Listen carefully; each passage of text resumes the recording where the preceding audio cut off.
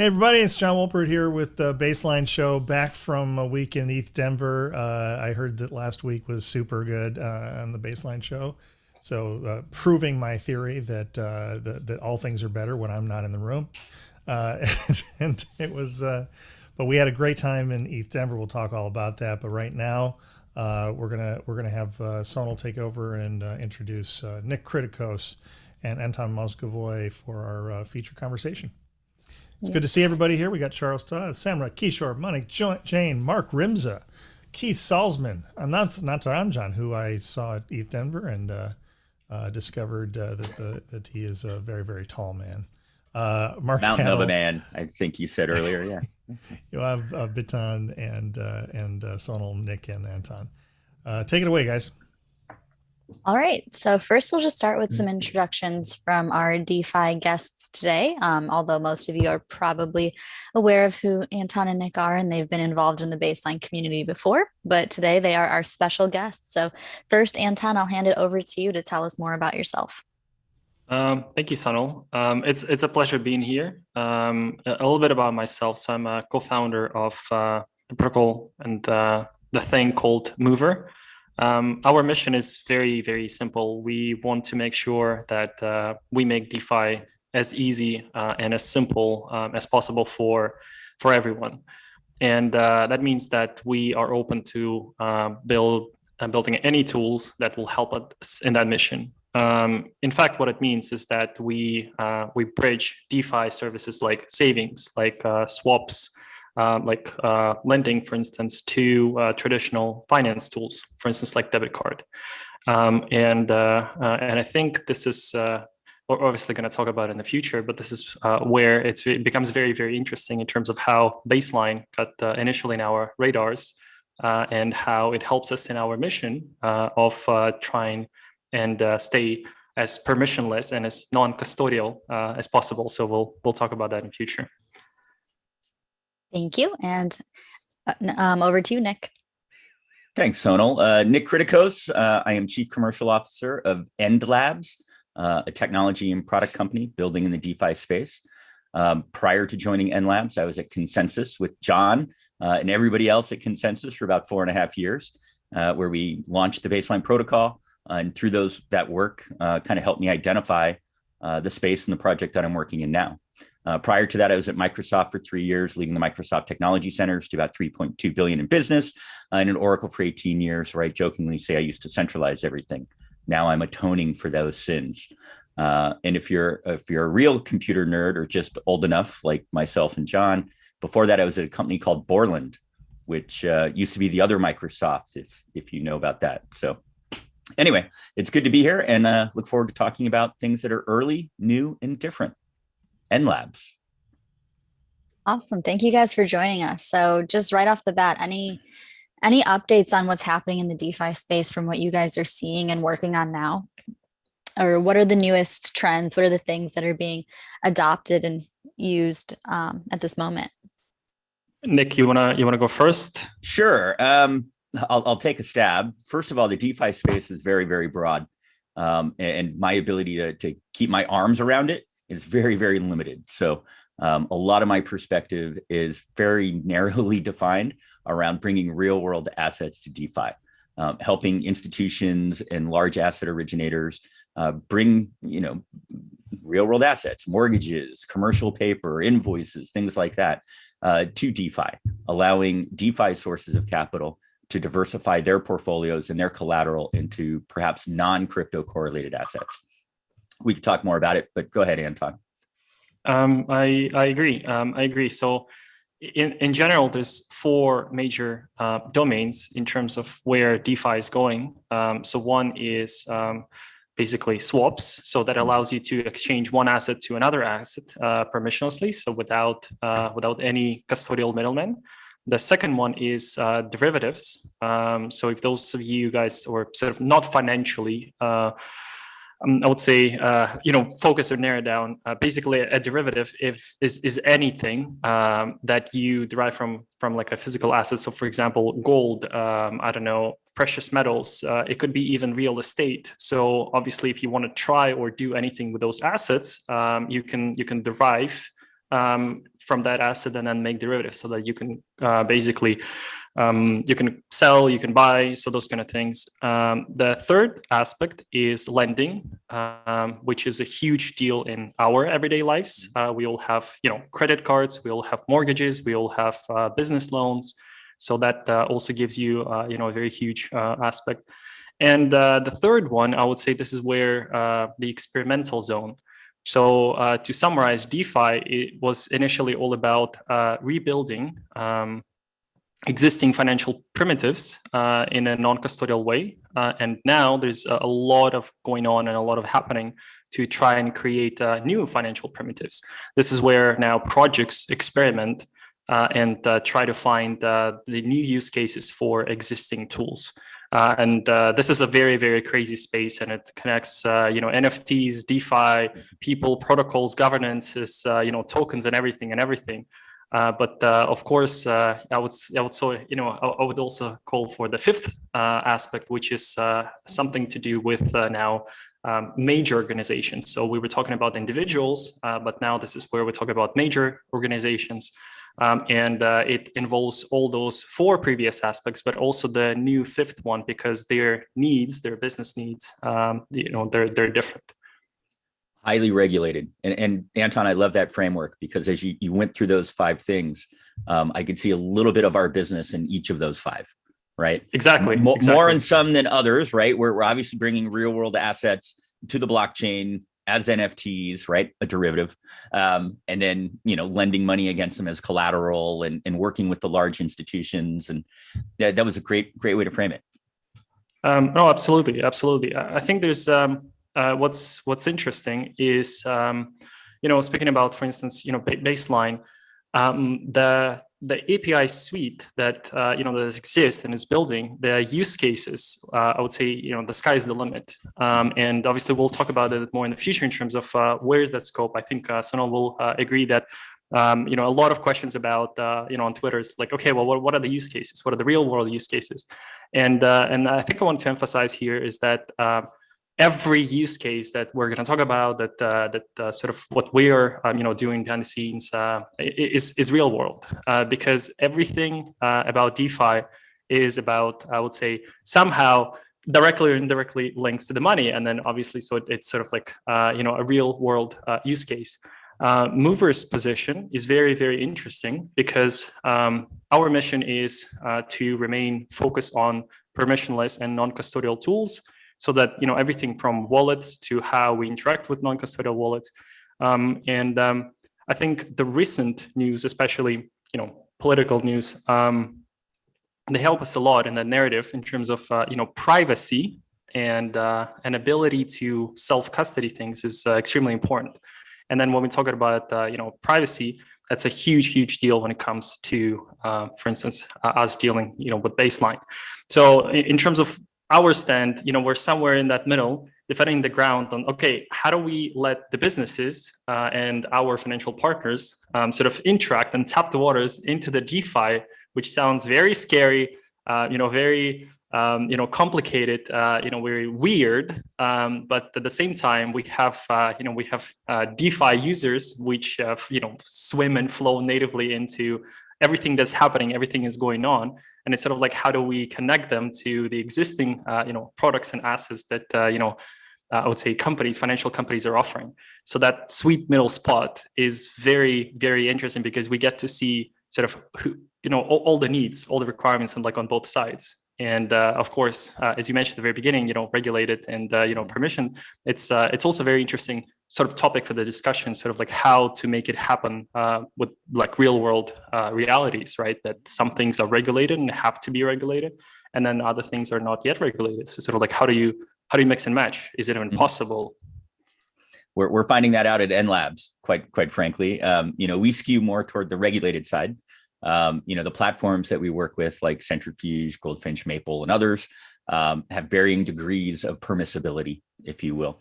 On the Centrifuge platform, for example, some of the debt pools that we've created are, especially when U.S. investors can invest in them, are considered, Reg D, Reg S private placement securities.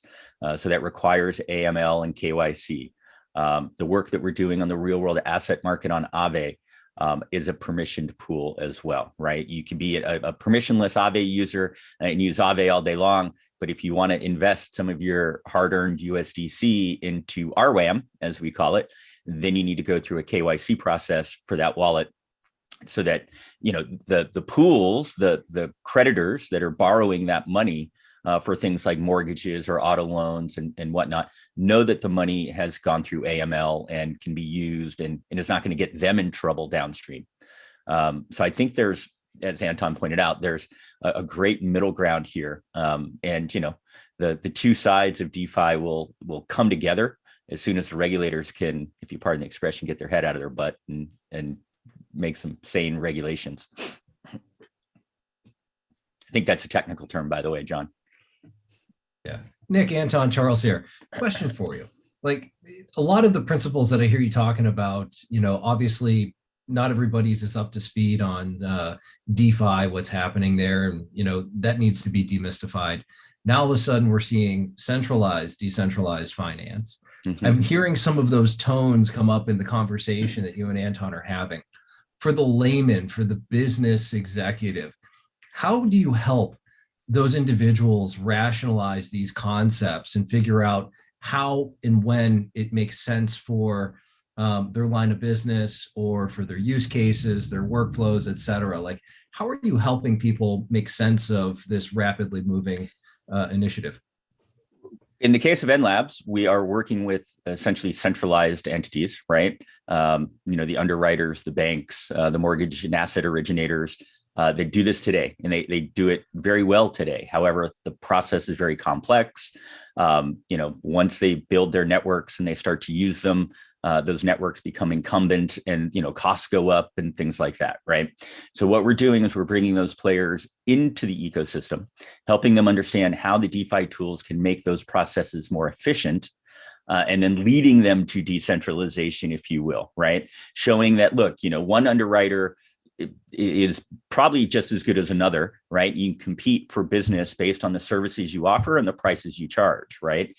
Pure and simple. And if people can find you and discover you in a way that is unbiased and not subjective, right? If it was an easy way to find everybody to, there are a lot of different nodes in putting together a commercial paper, right? There's the issuer and the underwriter and the bank and the servicer and the secondary servicer. And depending on the kind of asset, there may be others, right? If you're building, calling it Trivago for lowest cost of capital. Yeah, pretty much. Yeah. And if you're looking to put one of these deals together today, it's a very manual process. It's cumbersome, a lot of lawyers, a lot of legal back and forth, a lot of cost associated with that. And because the costs are so high, you need the volume to be huge to make it worth the time and effort, right? And ultimately what we're trying to do is to instrument that process, bring it to a transparent blockchain environment, right? So that everybody can participate, and ultimately lower the costs and therefore the barriers to entry for borrowers. So at some point in the future, an individual perhaps could bring the title for their home, bring it to NLabs or whatever the company, the product is called, and effectively use the title of their home to create a line of credit that pulls DeFi funds when they need it, right? You look at a lot of these large DeFi companies like Aave and Maker and others that have great businesses, but they're all in crypto. And that's awesome. I love crypto. I'm a huge blockchain crypto fan, but the volatility of crypto makes it very hard for them to maintain things like pegs and yields and things of that nature. So they're looking to diversify their collateral base into non-correlated assets, preferably short-term today, right? 60, 90 days, that kind of thing. But over time, as we understand how to service these kinds of loans, what happens when a loan goes bad, how can we collect on it or deal with delinquencies, you get the picture, right? This will all improve, and that's where we're going. Hey Nick, I've got a question there. I like the journey, right? I mean, when we started, we were talking about baselining invoices and getting them lower costs for that. Baseline is a key component for sure. Yeah, sure. Yeah. But, I mean, you took it to a whole new level with where not only as baselining becomes more prevalent, you have more confidence in the assets being not messed up, and therefore That's right. you can give them lower cost of capital on that side. That's right. But you also took it to the other side, which is the more the Trivago thing, where when lenders compete, and so is there? I don't suppose there's any baselining on that side of the business, is there, or will there be, or is there? So we actually have a couple of opportunities right now that have baseline very much on the front end, right? Where you have an asset originator that has, a pool of assets. The assets include PII information about the borrowers that, should not be publicly available. So you need to prove attributes of those without. You need to prove attributes and credit data. worthiness of that. Exactly. And do it in a fashion that the ultimate lender can have confidence that the data is accurate, right, and verified and all of that, right? Like I said, we have a couple projects right now that are actively pursuing that. On the other side, it's coming. We hear every day from these large institutions how every time you want to share information, you've got to sign an NDA and get in a deal room, and they're very, very sensitive about the information they share and how they share it. And over time, as these technologies mature, we'll be able to even potentially in the back end say, look, here's my balance sheet, here's the loan tape, whatever it is, right? Verified, and you'll be able to verify it using a zero knowledge protocol such as Baseline. That's one follow on it. That's a great answer. Have you guys had to yet, or will you be hiring ZK folks who understand how to think in terms of zero knowledge proofs? Or just like Anton, we are actively hiring all roles, engineers, yes, actively on the ZKP front. Product managers, fund managers. We've got all kinds of open roles for people that want to play in the real world asset DeFi space, whether you're an engineer or a business person. So just as a quick plug, Envision Blockchain, we've been the treetrunk.io thing, which just launched on at ETH Denver, and please go over to treetrunk.io and try it out. But I've been trying. We'll talk about that offline. Yeah, the team at Envision did a real good job on the ZK circuit work. Mm-hmm. And so if you're looking for a company that knows how to do that stuff, Envision, that's a strong suit for them. And also, I think there's a couple of people on this call, Keith and Yoav and Mark, who are going to be specializing in doing that over here with Sonal at Consensus Mesh. Yep. You're hiring at Mover too, Anton. Yes. Always we're always looking for great folks. We're always looking to to get better, and that's just impossible without the right people. So absolutely. So if you're listening to this, if you're watching this, if you're interested in what we're doing, please feel free to reach out. Just wanted to give maybe like a little comment, and Charles, to what you said. I think it would be really nice to set up, for the rest of the conversation. What's the difference between DeFi and CeDeFi? So DeFi, why it's called decentralized finance, is because it's basically a bunch of smart contracts. So a smart contract has a set of predefined rules. It does what it's supposed to do, so it only does what's written in the code. And basically what it means is that if you're tech savvy enough, you can interact directly with the smart contract, or you could interact through an interface. So basically a website, an app that does it for you in an easy way. So if it's a smart contract, if it's a permissionless system, there's no rules on who can interact with it and who cannot, unless again it's defined in the code. So a CeDeFi is by the definition is a company or a service that basically what they do is that they wrap up this complexity for you, but in order to wrap it up kind of like in an easy way, they become your custodian, so the custodian of your funds. Mm-hmm. And then the DeFi part comes there is that, they do manage your funds, so your assets, but they deploy those assets in DeFi protocols. So to give you an analogy is, DeFi is sort of like do-it-yourself kind of stuff, and CeDeFi is you give the money to someone you trust and let them play in the DeFi world. So I think that's a big major difference. And if we summarize it in one term, is DeFi, you are responsible for your own keys. So basically, if you screw it up, it's only your fault. If in the CeDeFi, if they screw up, well, it's sort of like it's not your keys.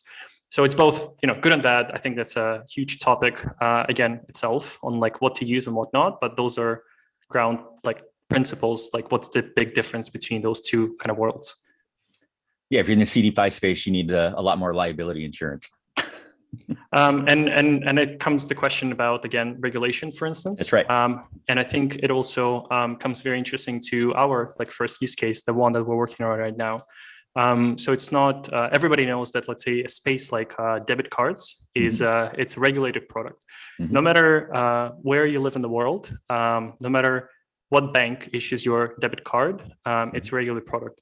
There are two main card I would say networks, which is Visa, MasterCard. Amex is, Union Pay. We're not talking about those.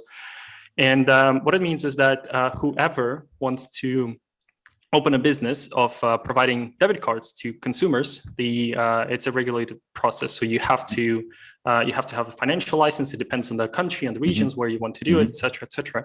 But it's fair and square. It's regulated. Now, the way Mover operates is very, very interesting because we try, and this is pretty much the first use case in the world where there's a regulated card issuer. So that's a regulated entity that has a financial license to issue debit cards. And then there's Mover protocol, which knows nothing about you.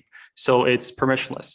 So the question is, how does Mover offer services in a DeFi way, but also has a connection to the debit card so that you can order, that you can have, and then you can top up, through Mover.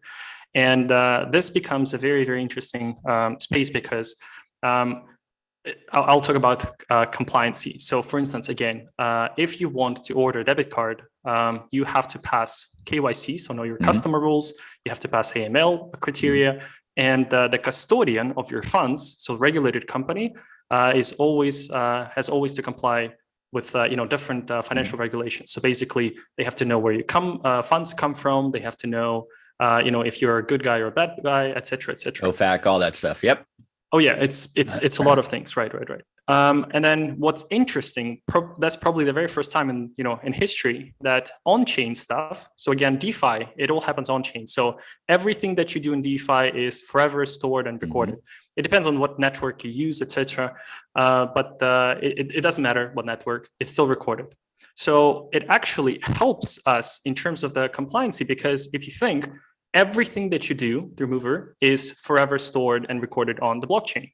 So whoever says, money laundering through blockchain is easy, it's actually pretty terrible. And all the recent news tell us that it's right. So it's exactly that. But here's an interesting part. Mover protocol allows you to, let's say, natively top up your debit card issued, with the help of Mover, any ERC20 token. So for instance, it could be, the UBT. It could be ETH. It could be USDC. Imagine pretty much any ERC20 token.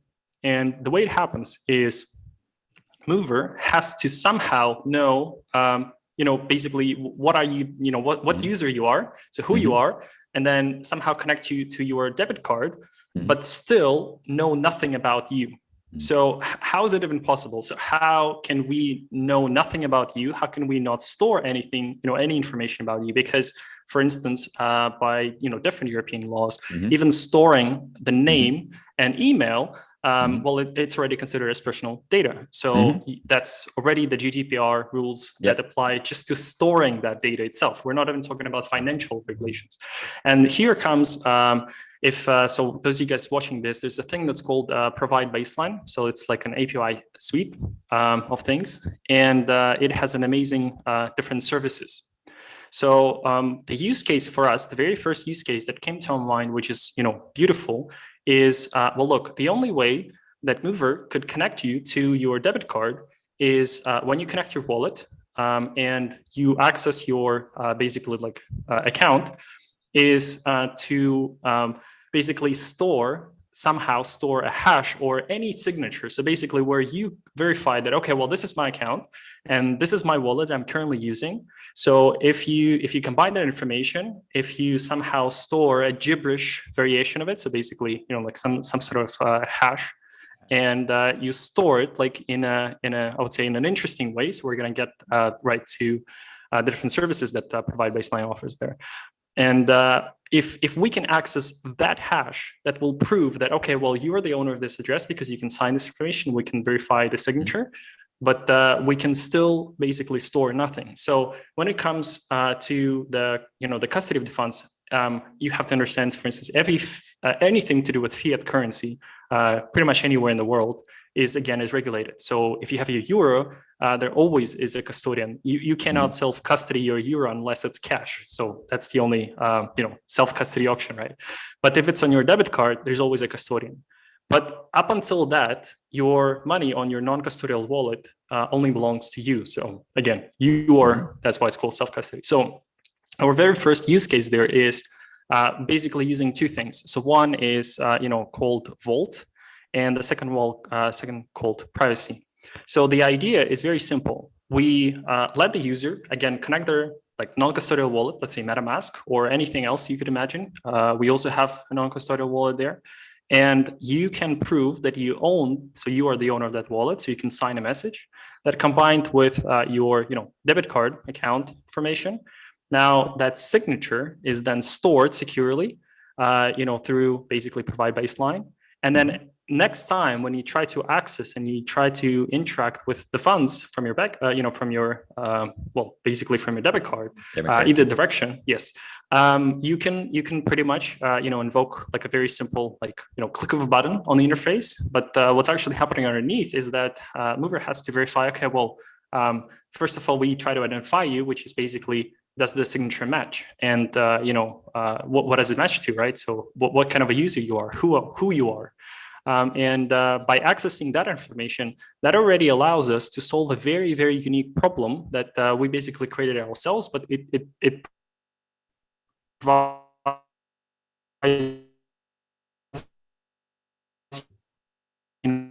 this interesting path of sort of destation, have your debit and do everything on chain and still be able to interact with your debit card without the mover actually knowing or storing any information about you. So this is pretty unique. And for people asking, what about the real world use cases?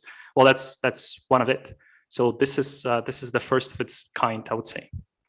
A modern cryptographic version of the signature card that banks have used for 1 million years, practically, right? Pretty much. That's beautiful. But it becomes very interesting because if we get absolutely deeper into, okay, well, what about on-chain swaps? And then, how can you offer that kind of stuff, et cetera, et cetera. It all becomes to that, this approach to basically knowing zero things about the customers, again, in the current legal framework, it provides a lot of upsides. Because all of a sudden, you can play in DeFi, you can have whatever tokens you could imagine you could own, and then, sort of swap it, top up your debit card. And it's very easy for the consumers, basically 2 clicks. Okay, I have this, kitten caddy token. And, if it's liquid anywhere in, decentralized exchanges, all of a sudden can become, euro in your card. And when it comes to, again, settling funds to fiat, it's a pretty, again, complicated regulated process. And there's no settler in the world that would allow you to settle your, directly your kitten kind of token, right? And that's the reason why, because it's a liquid. There should be matchmakers. There could be different exchanges that should support it, etc. It's a complicated process. But this bridge of knowing nothing but having access to basically aggregated DeFi liquidity, all of a sudden you could do it, and it's easy. And it's simple for the consumers. So that's just one side. So I was just talking about the, as I said, we're in the middle, right, between the users and also the enterprises out there. And this is just one side that makes it easy for the users. So there's also a bit more on the enterprises side of things. But yeah. And I got another question. What's been on my mind a lot lately with baselining is sort of the message bus attribute of it, right? We haven't talked about that in a long time. We used to talk about the magic bus all the time, and we got really heavily involved with zero knowledge. I think there's an NFT. But there is there's the attribute that really excites me, I think, a lot is the zero knowledge combined with the event management. That is the this before that machine.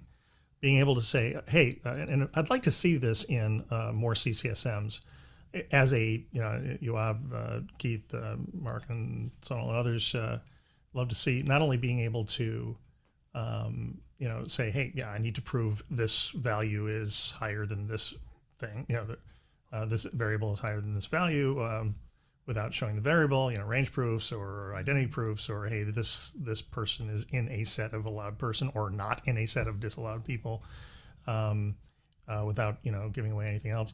I love those ideas, but I also like the idea of saying, okay, these three banks or these three lenders, this lender should only do what they're supposed to do after these other two can confirm that they have the same information and some attribute of information, or that they've done the right thing. And what I'd like to be able to do is say these lenders are going to drop hey, third lender number 3, watch on this CCSM, this blockchain, this L2, what have you.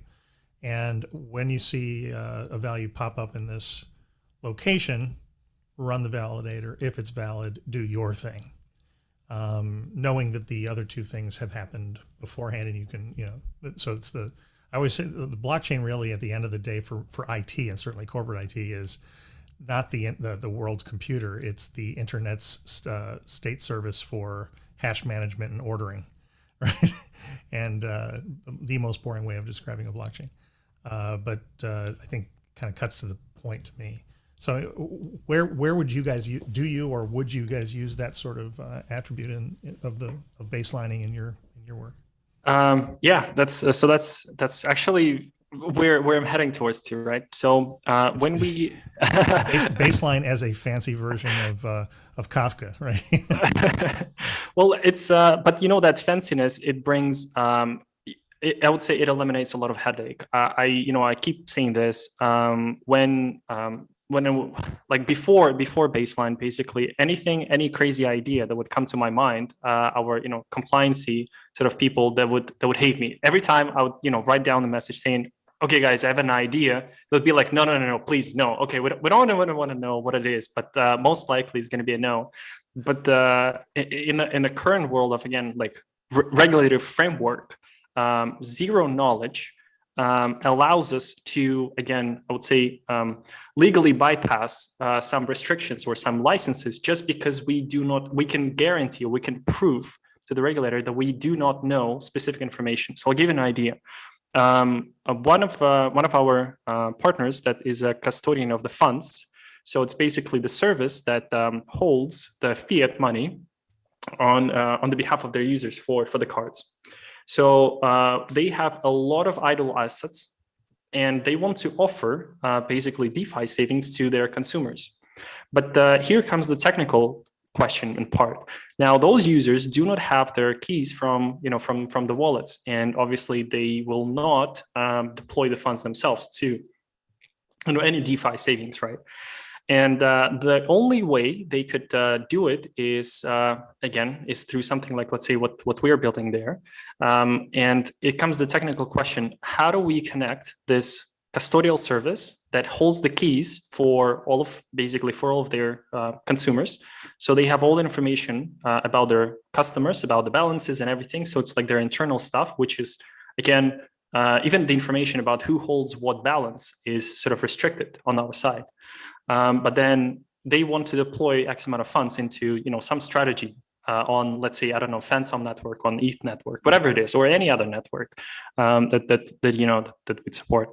So the question comes in: how do we know how to distribute the rewards? So, for instance, they deploy $100, and we put in the strategy.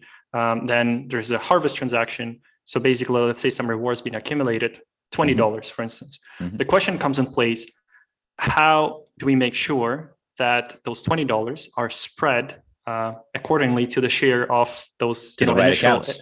Exactly, without knowing what accounts, without knowing what balances, without knowing what what customers. But then, as you were saying, John, there's a set of events that have to happen before, for instance, even something like distribution of rewards should happen. And that's why it becomes even more complicated as it comes to, let's say, cross-chain compatibility, because you, for instance, you work with this different, specifically this business, they would only work with Ethereum network. On their side, that's the only network that they have the technical sort of capability at this moment, infrastructure to support.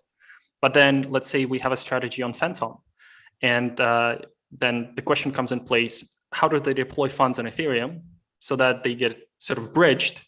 And then after they get bridged, they get put into some strategy in Vault. And then how do they trigger the harvest rewards, or who does trigger it? So basically, who decides on whether rewards should be sort of harvested? Is it automatically? Is it predefined earlier, or they do it basically like on a spot? So those kind of questions come in place. What kind of a logical, sequence of events we deploy with them?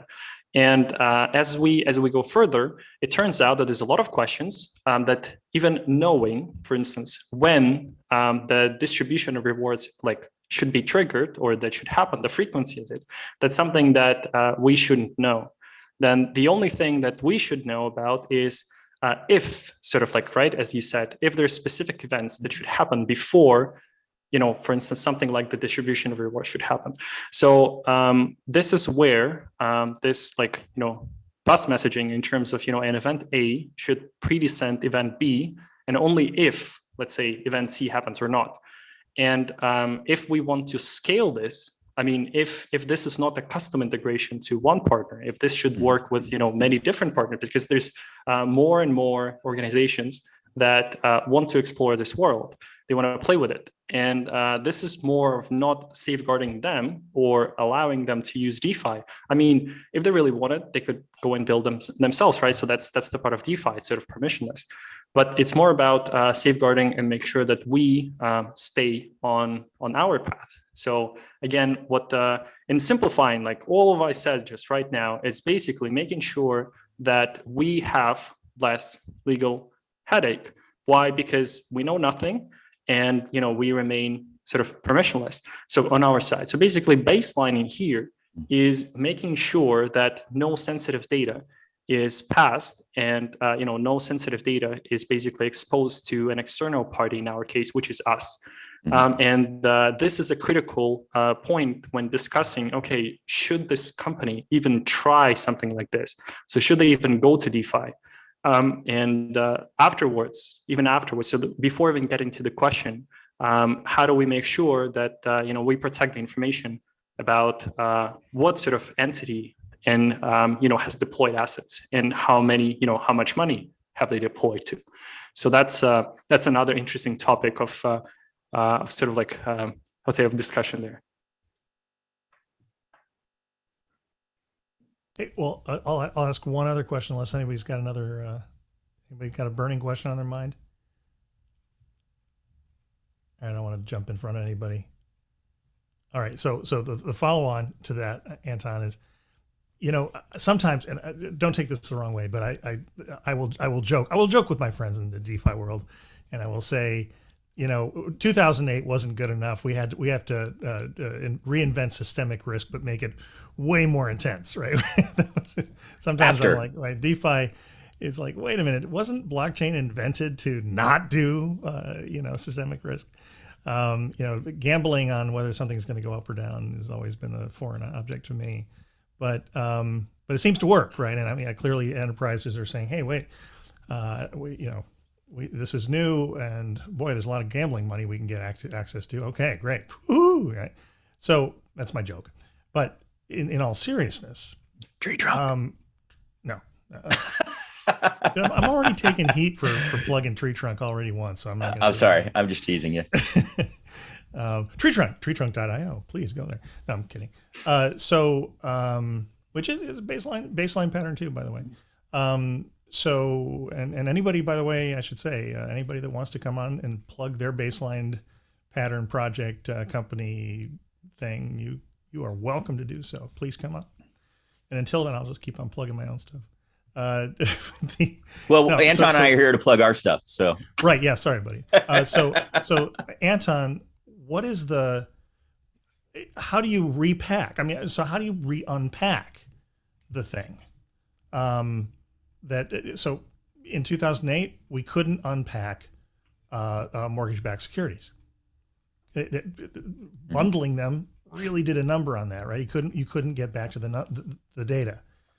Zero knowledge also, its primary role is to make sure that you don't have access to that data, but you at least know that things are right. But at some point, if something goes horribly wrong, you need to be able to unpack the box. Nick, I know you guys have an answer to part of this, but what are your thoughts on that? Yeah, so it's pretty interesting, and I'd say this is why, for instance, right, when it comes to like regulated activity, there's still a custodian, right, that holds. In our case, I'm talking about our specific case, that holds all the information about you. So basically, again, KYC information and AML information. So in the worst case events, if there's any, I would say, unpacking is required, if there's any sort of specific questions, I don't know, coming into that case, then the only thing that is basically required from us is to pass on the information, what account, right? And we the only way we can prove it is, again, sort of like what specific account is in question, so a specific person, in this case, a physical entity, and what would be their identifier that we work with. So it's not known to us. We don't even know who is the person of in question there. So then the only question comes back to us is what wallet has interacted with that ID, which again is linked to a physical entity. So knowing a specific non-custodial wallet address that has sort of interacted with this ID, and knowing this ID, that's all we need. So in our case, again, it's sort of like is easy. And that's why for us, it was this very, very simple, like aha moment. Okay, well, why don't we use it? So again, the use case here is sort of like very simple. It's basically, we don't care what non-custodial wallet you use. The only thing we care is that if you own it, right? And the only, an easy way to prove if you own it is if you can sign a message from that address. So that's sort of like the only thing that we need. And the only thing that we need from you as a user is sort of like, okay, well, if you've accessed your like debit card account, it would have an identifier. So we only need to know that identifier, which is by default, sort of like it can be even publicly exposed. It doesn't give any sort of sense or connection unless you have access to internal information of the custodian, so regulated entity out there. So in our case, it's pretty easy. But I think that as we go to more complicated use cases, for instance, right, so working with different savings out there, then it's a good question. I don't think I have an answer just yet, and that's why I would say, that's why it takes time to build like really working use cases out there. But to your comment about what's happening like in the DeFi world, like why for instance savings, right? So why are interest rates higher than normal banks would have, or something like that? Where does that interest comes from? And this is also, I think, very interesting to to the users, to the listeners here, the show. Everybody sees obviously like gazillion APY kind of stuff, which I hope everybody understands that obviously that's not sustainable. That's that doesn't hold. So if you see something that tells you can earn 1 billion% annually, most likely that thing will live, I don't know, a day or a week, and not going to get into details like how it works. So hopefully you avoid that stuff. But for instance, something like Compound, something like Aava offers you like, I don't know, 4%, 10% interest rates on like your, for instance, in like stable coins. So where does that interest come from? Just APR? Like APR, APY, yeah. So basically annual percentage yield or annual percentage rate. Not getting far into details, it comes from the overall activity in the market. So basically, if more people want to borrow your money that you offer, the higher your interest rate is. Why do people want to borrow your money? Well, that comes back to speculation. So for instance, if you can borrow a stable coin, so for instance USDC, which is worth $1, pegged to $1, and you can deploy that and buy, I don't know, ETH or BTC that is going to go up in price, you make profit. And as long as you make profits more than the basically the interest that you have to pay off your loan, you're good. So overall, the reason why, in very simple terms, why we see such high interest rates is that there's a lot of interest not just from the retail users, but also from the institutions that do want to borrow and do want to invest on a margin. So basically, they want to deploy more funds that basically they would at higher leverage and higher leverage and higher that leverage. Too. Oh, that too. I was as long long as price goes up, things are great. But if I when can it get starts 1%, to unwind, it unwinds very quickly. Yep, sorry, go ahead. Why would I take 5 if I can get 1% on the normal market, though? I think you just answered the question, actually. It's it's a complicated question in terms of the risks, right? So what are the risks? I mean, are the funds insured? For instance, if you if you put your money, is there a lockup? Liquidity risk, right? How quickly can you get your money out when it goes the other way? A lot of things, yeah. So there's a lot of questions, and that premium that you basically receive. So it becomes again a question. So for instance, if you want to deploy $100, right, and I don't know, you can get, for instance, like 8%, annually, which is basically $8 back. That doesn't make a lot of sense because just the gas fees, right? So if you want to do something permissionlessly on the blockchain, you have to pay gas fees. On Ethereum mainnet, just the cost of you interacting with those like strategies that would, that are yield-bearing strategies, would like greatly, overcome whatever return that you could. Exactly. Yes. So it becomes a lot of questions in terms of, okay, well, there's other networks, but it all comes back to, how much you can get, right? With this, like, it makes sense. Then there's technology risks. Contracts have bugs, they have errors. There's Oracle issues. If you're using like even if you're using stable assets. So, for instance, like there was a very interesting. There's a couple of times it was like that when, but a while ago, there's a permissionless stablecoin called DAI, which was initially primarily backed by ETH. Now it's a bit more diversified, but even though it's stable, an Oracle can have an issue and which would report the wrong price. If it reports the wrong price and you're using the leverage, right? So you've lended something or you borrowed something, and there's basically you depend on this price stability. So if for a split in traditional finance too, I remember that too, the LIBOR scandal, right? That was kind of like a bunch of banks being an Oracle and getting it wrong, right? That's right.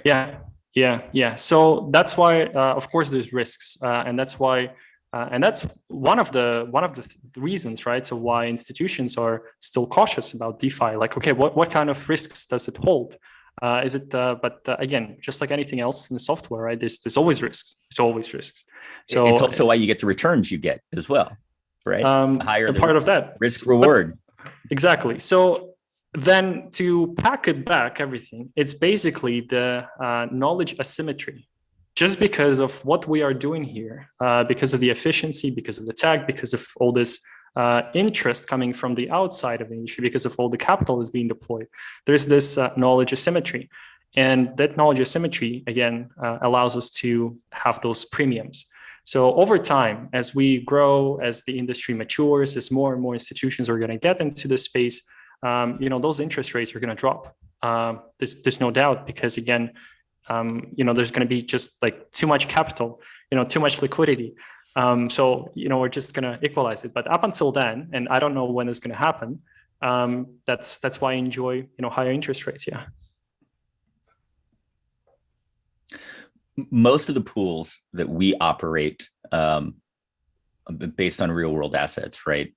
One in particular for gig economy workers, the asset originators there provide business cash advances or invoice financing for gig economy workers. If you're an Uber, Lyft driver, you can get paid every day, right? And get paid at a small fee. Now, fact is, Uber offers this directly as a service, but they charge a transaction fee. And if you were to calculate that transaction fee, it ends up being a very usurious sort of interest rate at the end of the year, right? Just to get paid every day.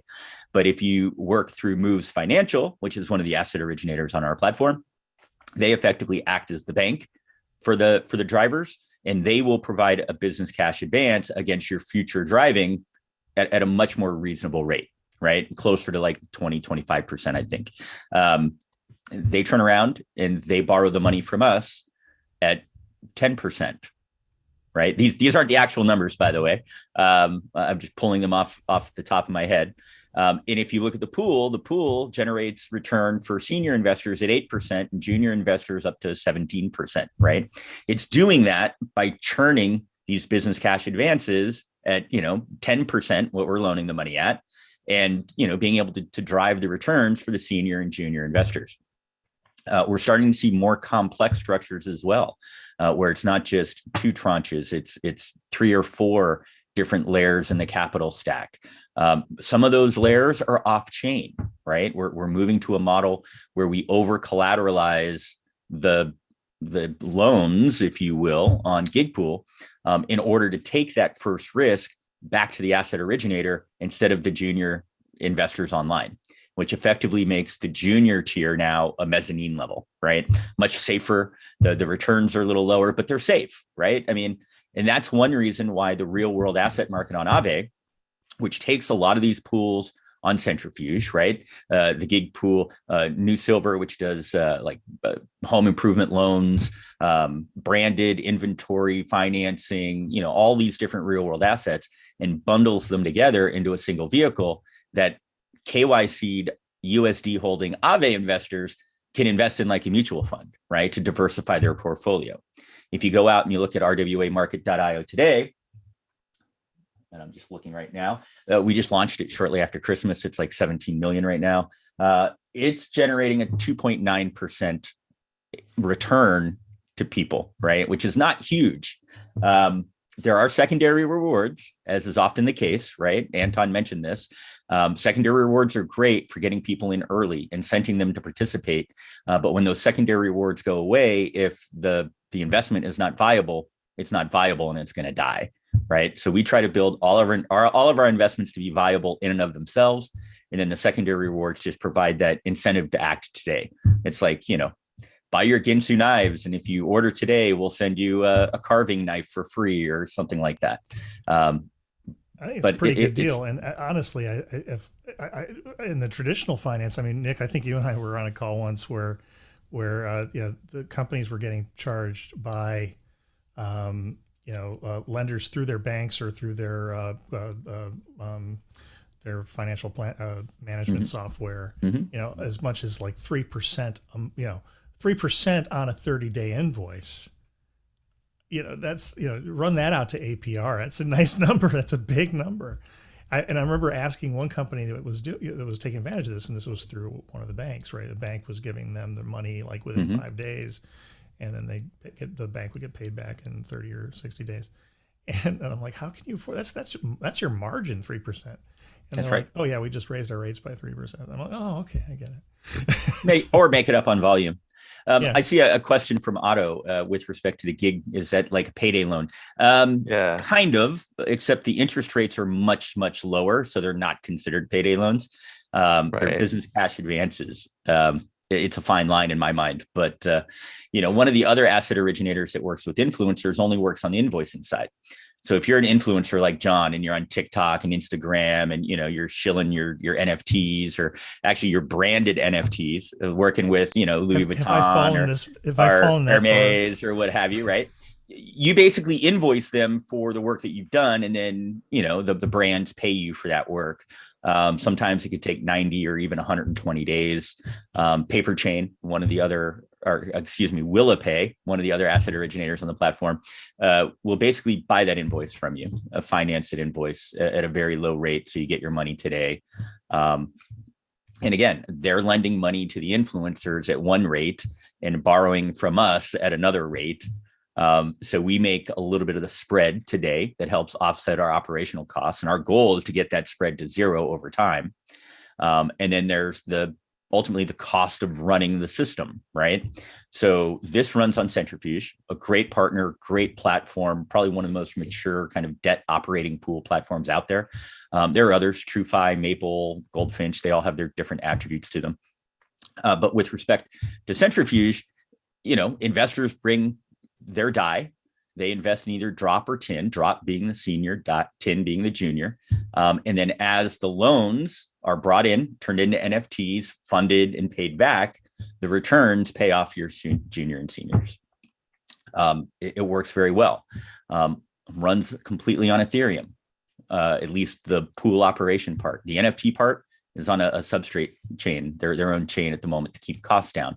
But yeah, each one of those transactions has, in one case, depending on the time of day, we did one transaction that closed an epoch, right? So these things operate in epochs. If you're an investor and you want to withdraw your money, you make a redemption request. When the liquidity comes available, you get your liquidity.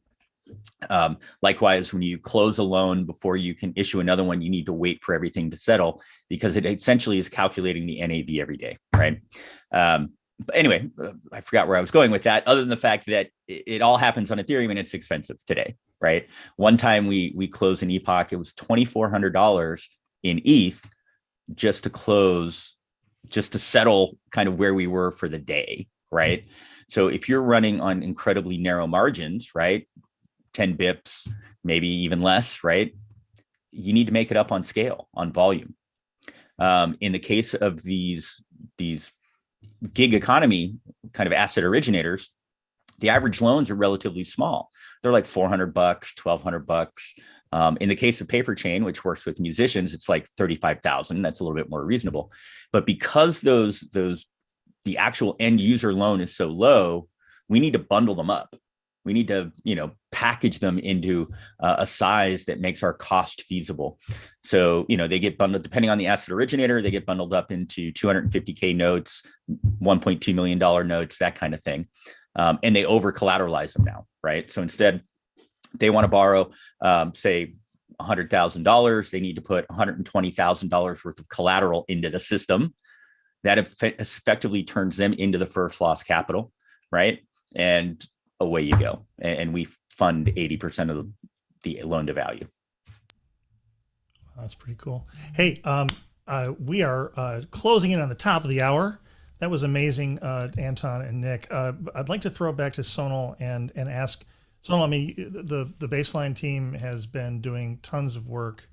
What announcements do we need to close out the day on? Anything new that people need to know about?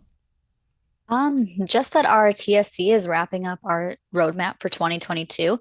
So we'll be expecting some blips and outreach items coming up. And now there's definitely defined tasks and ways for people to get involved. So if you were waiting for a time to join, now is the time. We have all sorts of groups forming, from master students starting to identify simple use cases to derive patterns out of, in which the core devs team can start devising architectures on how Baseline could be applied to some of these use cases. And then the outreach team can then also create some decks and material for explaining Baseline to companies. So lots of moving parts, and our groups are starting to get super busy, and we're welcoming new members by the week. So I encourage anybody out there listening to please join our community. And we also will have more Baseline shows like this going forward, different themes every few weeks, and more guests joining us. And I hope, Nick and Anton, I hope you will join us as often as you can in the future.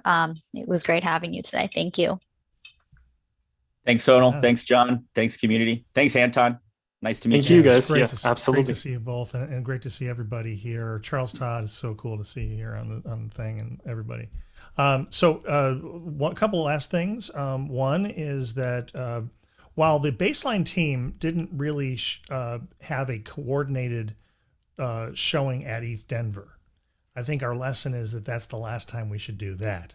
There are a hell of a lot of good developers in the Baseline community now, more than I ever realized. When I was at ETH Denver, people were like, "Oh, I love Baseline." 12,000. Yeah. There's a ton of really good people. We've got some of them on this call right now. There are people that are getting jobs in the space. There's projects coming up. I heard about another one last week. So I just still frustrated that a lot of these enterprise projects won't tell anybody about what they're doing. They're whispering to me, and then I'm like, okay, well, that puts me in a bad position because now I want to tell you other people, and they're like, don't tell anybody.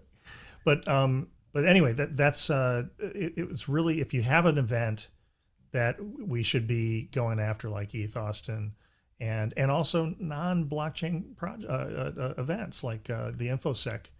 I still think at this point that baselining is an InfoSec story about cross-party workflows. It's about high information security. And oh, by the way, there's some blockchain in there used in a very sensible way. And so from that perspective, I think there's a lot of events that we could be dropping a lot of developers on. So if you've got one of those events, please let us know. Give us a call. Go to baseline-protocol.org. Get involved. And I'm assuming you're going to be in Colombia, are you? October? Bogota, Bogota DevCon. for DevCon. See you there. All right, that's right. Awesome. You know, Let me introduce you to my little friend. Actually, that was in Miami. One of my favorite baselining developers, Vitalik Buterin, will be there. Hasn't Vitalik joined the core devs yet, Sonal? You got to get a picture of Vitalik driving the bus, John. Ooh. Hey, there's a lot of meme masters out there. I think that's something they should do right away. Okay, so it's great to see everybody. Have a great week, and we'll see you next week on the Baseline Show. Thank you. Yes, see you all.